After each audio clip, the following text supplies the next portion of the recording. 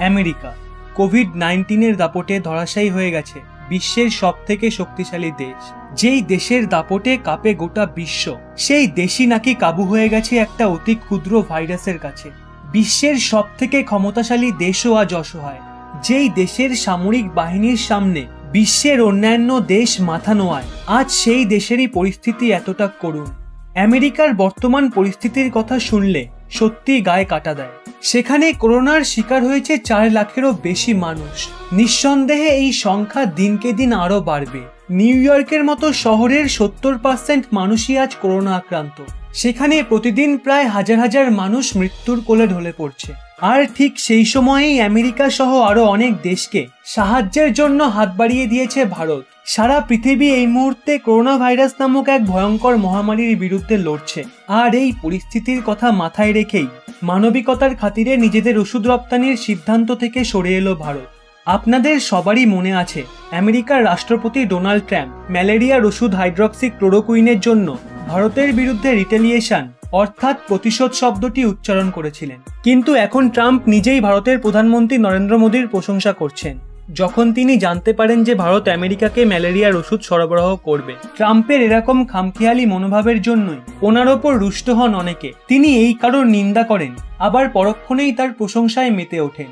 Trump একটি টুইটের মাধ্যমে জানিয়েছেন, কঠিন সময়ে বন্ধুদের থেকে সাহায্যের প্রয়োজন হয়, আর হাইড্রক্সিক্লোরোকুইন ওষুধের সাপ্লাই দেওয়ার জন্য ভারত এবং ভারতের জনগণকে অসংখ্য ধন্যবাদ।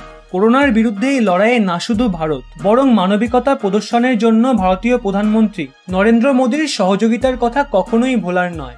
যেখানে আমেরিকার উন্নত চিকিৎসা ব্যবস্থাও করোনার কাছে হার মানছে, সেখানে ট্রাম্প জানান ইন্ডিয়ার তৈরি HCQ অর্থাৎ হাইড্রক্সিক্লোরোকুইন করোনার সমাধান।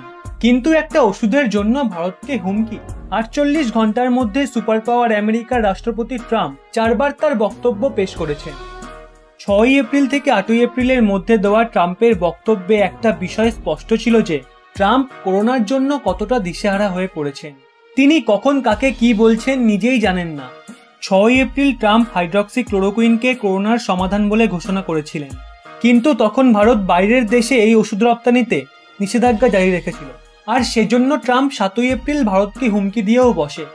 কিন্তু সেই কথা মাথায় না রেখে করোনা মহামারীর ফলে বিধ্বস্ত আমেরিকাকে ভারত সামান্য মানবতা দেখানোর পরেই ট্রাম্পের সুর বদলে যায়। আর এর পরেই আন্তর্জাতিক স্তরে ভারতের প্রশংসা শুরু হয়ে যায়।